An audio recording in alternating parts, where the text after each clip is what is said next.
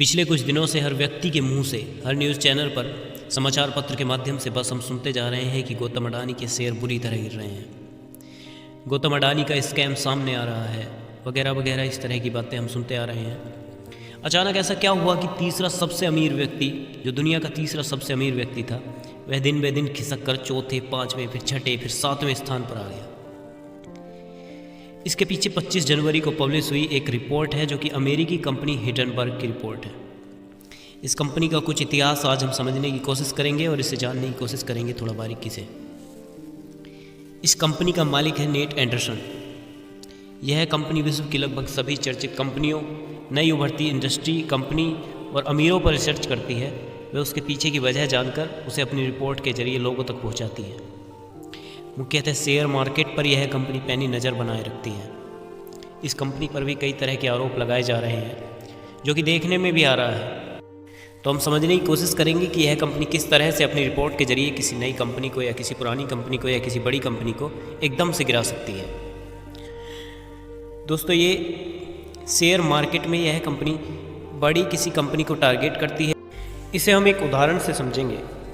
मान लीजिए आपने LIC के 100 में से 5% साझेदारी उसमें LIC में अपनी कर दी, और आप एक रिपोर्ट बनाते हैं जिसमें आप दे देते हैं कि LIC के शेयर गिरने वाले हैं क्योंकि LIC पर बहुत ज़्यादा कर्ज हो गया, या LIC ने अपनी जो एसेट्स है उससे ज़्यादा कर्ज ले रखा है, या इस तरह से उसकी कोई भ्रामक रिपोर्ट छाप देंगे, और रिपोर्ट छापने के बाद में आप अपनी 5% हिस्सेदारी वापस ले लेंगे। तो उसमें शेयर मार्केट में उसका थोड़ा सा भाव गिर जाएगा और 5% से उस पर काफ़ी इफेक्ट पड़ेगा। तो लोगों की नज़र में जाएगा कि आपकी रिपोर्ट सही है, और आपकी रिपोर्ट के अनुसार ही लोगों ने देखा है और अपने शेयर वापस ले लिए हैं। यानी 5% हिस्सेदारी उसी कंपनी की उसमें थी जिस कंपनी ने रिपोर्ट दी है।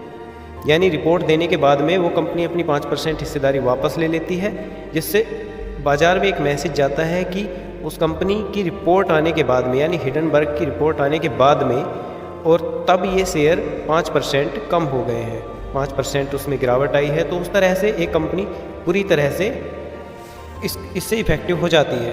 उसी तरह ठीक अडानी के साथ में हुआ है, क्योंकि अडानी विश्व के तीसरे सबसे अमीर व्यक्ति थे, जो कि अब 21वें नंबर पर आ गए हैं। बात करें हम हिंडनबर्ग के मालिक नाथन एंडरसन की, तो यह व्यक्ति इंटरनेशनल बिजनेस विषय में अपनी ग्रेजुएशन पूरी करता है। वह नौकरी की तलाश में लग जाता है। डाटा रिसर्च कंपनी में इसे आसानी से नौकरी मिल जाती है।